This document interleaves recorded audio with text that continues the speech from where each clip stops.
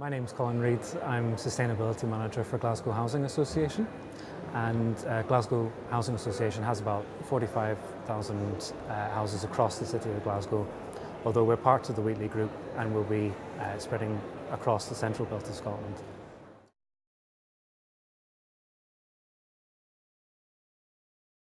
When it comes to energy efficiency, this is a keen priority of GHA, and specifically fuel poverty.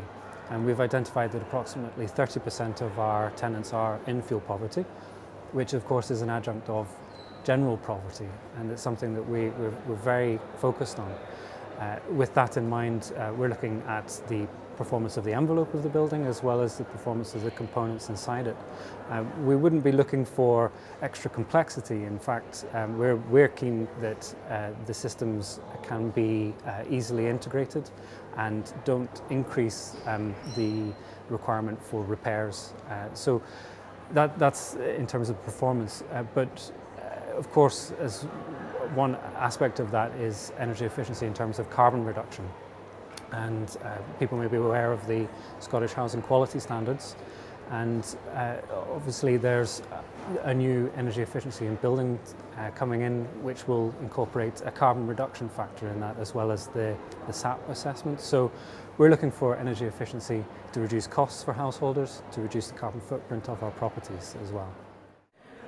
I'm Catherine Dupre. I'm Energy and Climate Change Manager for Health Facilities Scotland, so we support all of the NHS Scotland boards in achieving energy and climate change objectives for their estates.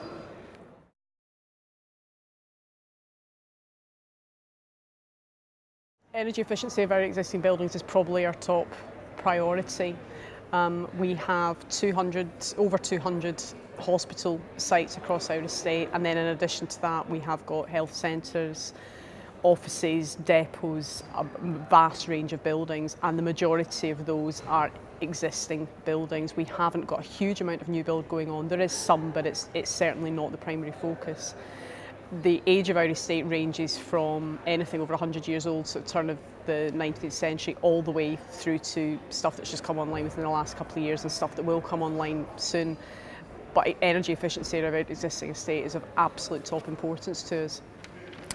We have already since 1990 improved the energy efficiency of our estate by about 45%, so we're well ahead of Scottish Government climate change targets in that respect, but it is something that we have to keep pushing ahead with. Although we've reduced our energy consumption by 45%, our bills have still gone up, and that's only a trend that can keep continuing, so it's something that we're looking at more and more and more right across the estate. Hello, my name's Roddy Yarr. I'm the University of St Andrews Environment and Energy Manager.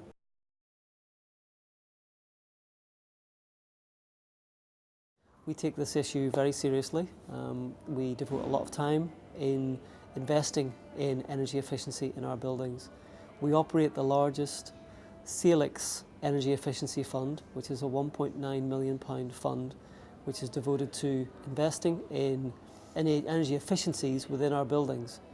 The way the fund operates is, if any building we can identify a project, such as a boiler replacement programme, or double glazing, or roof insulation, or cladding, or BEMS controls, building management systems controls, the savings from those controls or those changes go back into the fund, and that's how the fund keeps working. We have 120 projects across all of our built environment, covering things like making sure our plant rooms aren't hot plant rooms, they're cold, because we put jackets to insulate the pipework to reduce the load on the boiler. We fit better boilers, more energy efficient boilers, condensing boilers, better double glazing in our buildings, insulation of roof voids, cavity wall.